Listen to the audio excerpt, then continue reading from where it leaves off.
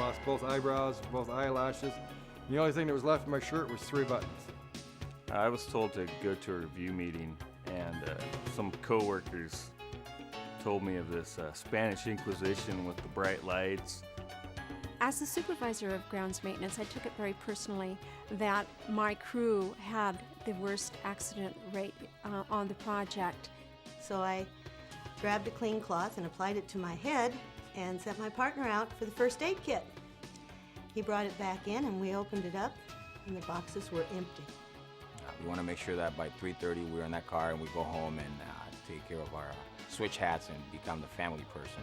I used to think that asking for help was basically for sissies.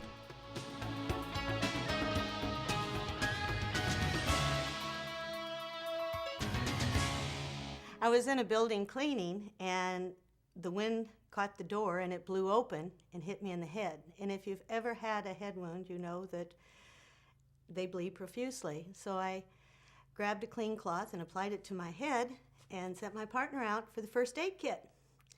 He brought it back in and we opened it up and the boxes were empty. Needless to say, I was quite upset. So after getting back from the nurse, I found out that there had been a procedure change that had happened while I was on vacation. So the next day I came and got my safety kit, and at the time encouraged my fellow workers to get theirs updated too, because that could happen to them.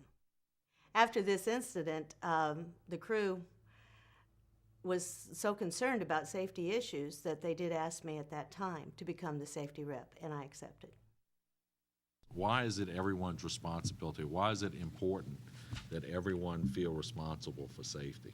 Our quality policy is to exceed the customer's increasing expectations through continuous improvement.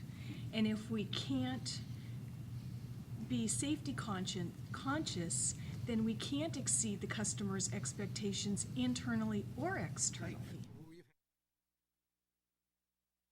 The crew and I decided to change the format of our safety meetings a bit, and we integrated a little more like fireside chats, sitting around tables discussing things that pertain to our job. One of those was utilizing proper lifting techniques and proper equipment and such as back braces and things like that.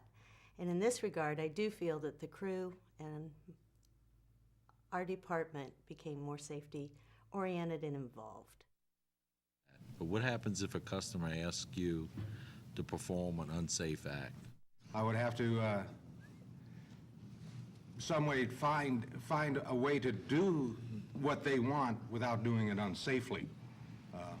I'm not going to put my life on the line. I don't expect anybody in my crew to put their life or risk any injury to meet that need. That's an unreasonable request.